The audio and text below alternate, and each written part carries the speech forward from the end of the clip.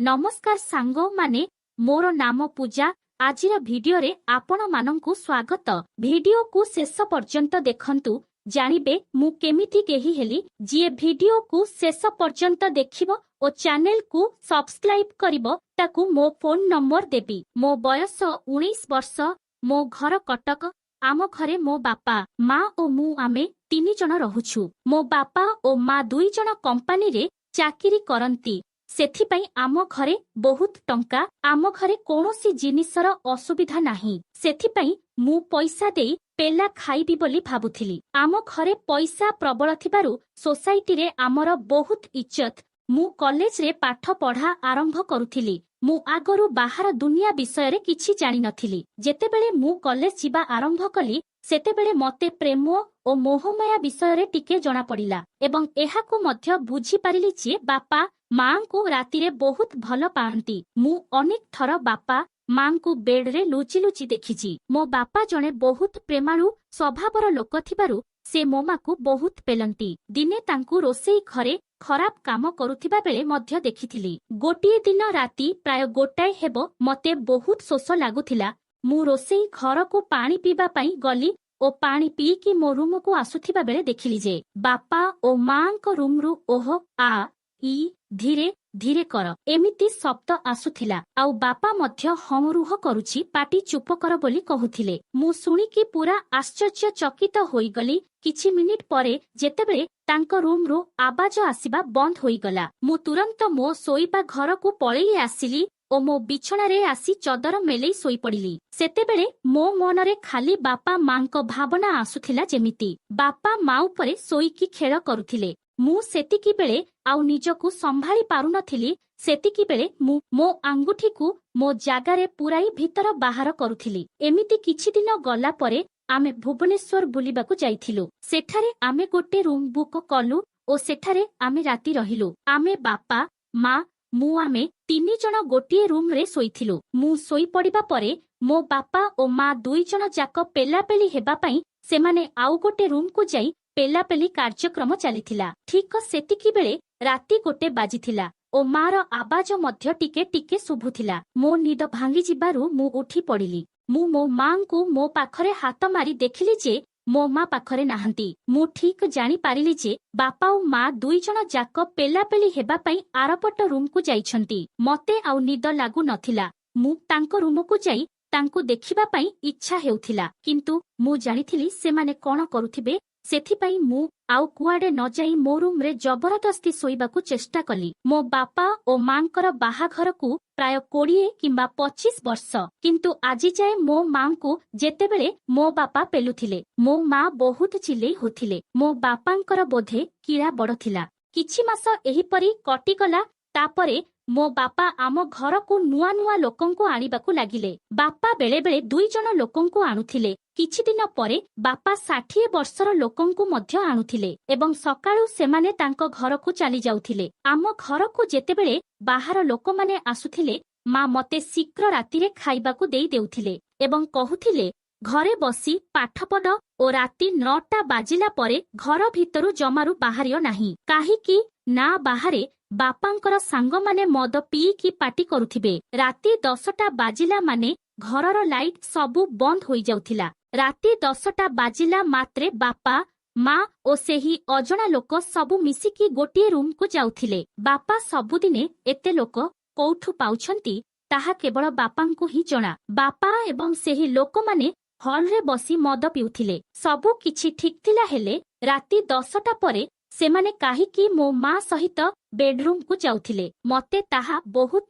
आश्चर्य करुथिला। तेणु गोटिए दिन राति रे मो माँ बापांको बेडरूम आगरे ठिया होई जानिबाकु चेष्टा करुथिली। बेडरूम कबाट बंद थिला। मु कबाट मुहरे ठिया होई भितरे जाहा हेउथिला सबु सुनिबा पई चेष्टा करुथिली। प्राय गोटिए घंटा परे मु मो बेडरूम को पळै आसिली। मते ठीक भाबरे बुझा पडुथिला जे मो माँ बापा ओ से लोक माने भितरे कोन करुथिले, किंतु मते डर लागुथिला जे माँ मते राति 9टा परे बाहरिबाकु मना करिथिले। सेथिपई मु निजकु सबु बेले माँ नजररु बंचिकी रहुथिली एवं मु भाबिथिली जे जेमिति भी हेउ मु तांको विषय रे जानिकी रहिबी। गोटिए दिनर कथा ମା ବାପା କମ୍ପାନୀ କାମରେ ବାହାରକୁ ଯାଇଥିବା ବେଳେ ମୁଁ ଘରେ ଥିଲି। ମୁଁ ଆଉ ସେହିଦିନ ସ୍କୁଲ ଗଲି ନାହିଁ।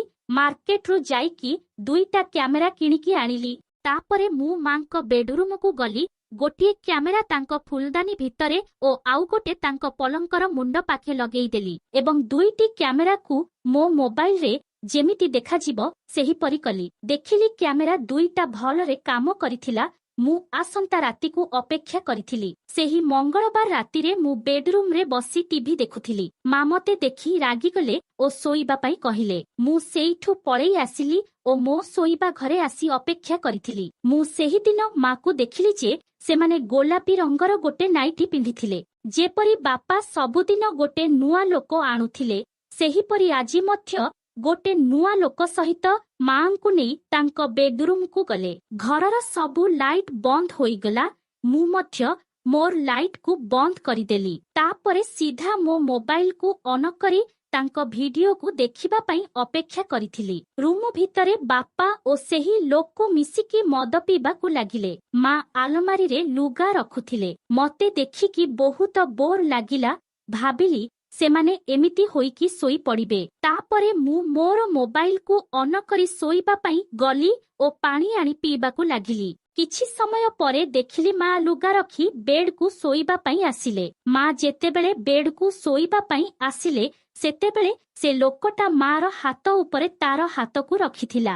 ବାପା ସାମ୍ନାରେ ବସିଥିଲେ ଓ ତାଙ୍କ ସହିତ କଥା ହେଉଥିଲେ। କିନ୍ତୁ ସେ ବାପାଙ୍କୁ ନ ଡରି ଏମିତି କରୁଥିବାର ଦେଖି ମତେ ପୁରା ଝଟକା ଲାଗିଲା ପରି ଲାଗିଲା। ମୁଁ ବାପାଙ୍କୁ ସେତେବେଳେ ଦେଖୁଥିଲି। ବାପା ସେ ଲୋକକୁ କିଛି ନ କହି ତା ସହିତ କିଛି ନହେଲା ପରି କଥା ହେଉଥିଲେ। ମତେ ଆଶ୍ଚର୍ଯ୍ୟ ଲାଗିଲା ଯେ ମା ମଧ୍ୟ ବାପାଙ୍କୁ କିଛି କହୁନଥିଲେ। ମା ମଧ୍ୟ ହସୁଥିଲେ ଓ ଖୁସି ହୋଇ ସେମାନଙ୍କ ସହିତ କଥା ହେଉଥିଲେ। ତାଙ୍କୁ ଦେଖିକି ମୋର ପୁରା ନିଦ ହଜିଗଲା। କିଛି ସମୟ ପରେ ସେମାନେ ମଦ ପିସାରି ଠିଆ ହୋଇଗଲେ। ତାପରେ ମା ମଧ୍ୟ ଠିଆ ହୋଇଗଲେ ଏବଂ ବାପା ଓ ସେହି ଲୋକ ଉପରେ ହାତ ଦେଇ ଠିଆ ହେଲେ। ସତେ ଯେମିତି ମା ସେହି 2 ଜଣଙ୍କୁ ମିଶିକି ଭଲ ପାଉଛନ୍ତି। ତାପରେ ସେହି ଲୋକ ଉପରେ 2 ହାତ ରଖି କଥା ହେବାକୁ ଲାଗିଲେ। ସେତିକିବେଳେ ବାପା କିଛି କହୁନଥିଲେ। ତାପରେ ମା ସେହି ଲୋକ ସାମ୍ନାରେ ଆଣ୍ଠେଇ ବସି ପଡ଼ିଲେ। କେଜାଣି କାହିଁକି ମତେ ଦେଖିବା ପାଇଁ ଇଚ୍ଛା ହେଉନଥିଲେ ବି ମତେ ବହୁତ ଆକର୍ଷିତ ହୋଇ ଦେଖୁଥିଲି। ତାପରେ ସେ ଲୋକଟା ତାଙ୍କ ଆଗରେ ଠିଆ ହୋଇ ମୋ ମାଙ୍କ ମୁଣ୍ଡକୁ ଆଉସୁଥିଲା। ଏହାପରେ ସେ ଲୋକଟା ମାଙ୍କ ସହିତ କଣ କରିବ ମୁଁ ଜାଣିସାରିଥିଲି। ତାପରେ ମୁଁ ମୋର ସାର୍ଟ ପ୍ୟାଣ୍ଟକୁ ଖୋଲିଦେଇ ମୋ ଉପରେ ମୋ ମୋବାଇଲକୁ ଧରି ଶୋଇଲି। ସେ ଲୋକଟା ମା ସହିତ ଏମିତି କରୁଥିବାର ଦେଖି ମତେ ବହୁତ ରାଗ ଲାଗୁଥିଲା। ସେତିକିବେଳେ ମୁଁ ବାପାଙ୍କୁ ଦେଖିଲି ଯେ ବାପା ସେତିକିବେଳେ ମଦ ବୋତଲକୁ ଧରି ତାଙ୍କ ଗ୍ଲାସରେ ମଦ ଢାଲୁଛନ୍ତି। କିଛି ସମୟ ପରେ ସେହି ଲୋକଟା ମାଙ୍କୁ ବେଡରେ ଶୋଇବାକୁ ଦେଲା ଓ ତାଙ୍କ ସାମ୍ନାରେ ବସିଲା। ବାପାଙ୍କୁ ନିଶା ଜୋର ହୋଇଯାଇଥିବାରୁ ସେ କିଛି କହି ନ ପାରି ତାଙ୍କ 2 ଜଣଙ୍କୁ ଗୋଟିଏ ଲୟରେ ଦେଖୁଥିଲେ, କିନ୍ତୁ କିଛି କହିପାରୁନଥିଲେ। ତାପରେ ଯାହା ହେବାକୁ ଯାଉଥିଲା ମୁଁ ଦେଖିପାରିଲି ନାହିଁ। ମା ସବୁଦିନ ବାପାଙ୍କୁ ଛାଡ଼ି ଅଲଗା ଅଲଗା ଲୋକଙ୍କ ସହିତ ଶାରୀରିକ ସମ୍ପର୍କ ରଖୁଥିଲେ। ମୁଁ ଆଉ ସମ୍ଭାଳି ନପାରି ମାଙ୍କ ରୁମକୁ ଗଲି ଓ ସେମାନେ ମତେ ଦେଖିକି ଚମକି ପଡ଼ିଲେ। ତାପରେ ସେ ଲୋକ ମତେ ଦେଖିକି ଗାଳି କଲା, କହିଲା, ମାକୁ କଲି ଏବେ ଝିଅକୁ ବି ଖଟରେ ପକେଇ ପେଲିବି। ତାପରେ ଯେତେବେଳେ ମୁଁ ସବୁ କଥା ବାହାର ଲୋକଙ୍କ ଆଗରେ କହିଦେବି ବୋଲି କହିଲି, ସେ କହିଲା, ଯଦି ତୁ ବାହାରେ କହିବୁ ତାହେଲେ ତମ ପରିବାରର ଇଜ୍ଜତ ଯିବ। ତେଣୁ ସବୁଠୁ ଭଲ ହେବ ତୁ ବି ମତେ ତୋର କୋଳିଆ ଶରୀରକୁ ମତେ ଗୋଟିଏ ରାତି ଉପଭୋଗ କରିବାକୁ ଦେବୁ। ସେତିକିବେଳେ ମୋବାଇଲରେ ଏମାନଙ୍କର ସିନ୍ ଦେଖି ମୁଁ ବହୁତ ଉତ୍ତେଜିତ ହୋଇଯାଇଥିଲା। ସେଥିପାଇଁ ମୁଁ ତାର କଥାରେ ରାଜି ହୋଇ ହଁ କରିଦେଲି। ତାପରେ ସେ ମୋ ମାଙ୍କୁ ଯିବା ପାଇଁ କହିଲା ଓ ମତେ ବେଡ୍ ଉପରେ ଶୋଇବାକୁ କହିଲା। କିଛି ସମୟ ପରେ ମୁଁ ମୋର ବ୍ରା ଓ ଡ୍ରେସକୁ ନିଜେ ନିଜେ ଖୋଲିବାକୁ ଲାଗିଲି ଓ ଲଙ୍ଗଳା ହୋଇ ଶୋଇ ପଡ଼ିଲି। ସେ ମୋ ବିଆରେ ଛେପ ଲଗାଇ ତା କିଳାକୁ ପୂରେଇବାକୁ ଚେଷ୍ଟା କଲା। ପ୍ରଥମ ଥର ହୋଇଥିବାରୁ ମତେ ବହୁତ କଷ୍ଟ ହେଉଥିଲା। ସେ ପ୍ରଥମେ ଧୀରେ ଧୀରେ କଲା, ପରେ ସେ ତାର ମୁଷଳ କିଳାକୁ ଜୋର ଜୋରରେ ପୂରେଇବାକୁ ଲାଗିଲା। ସେହିଦିନ ଠାରୁ ମୁଁ ସବୁଦିନେ ନୂଆ ନୂଆ ଲୋକଙ୍କଠୁ ପେଲା ଖାଉଥିଲି।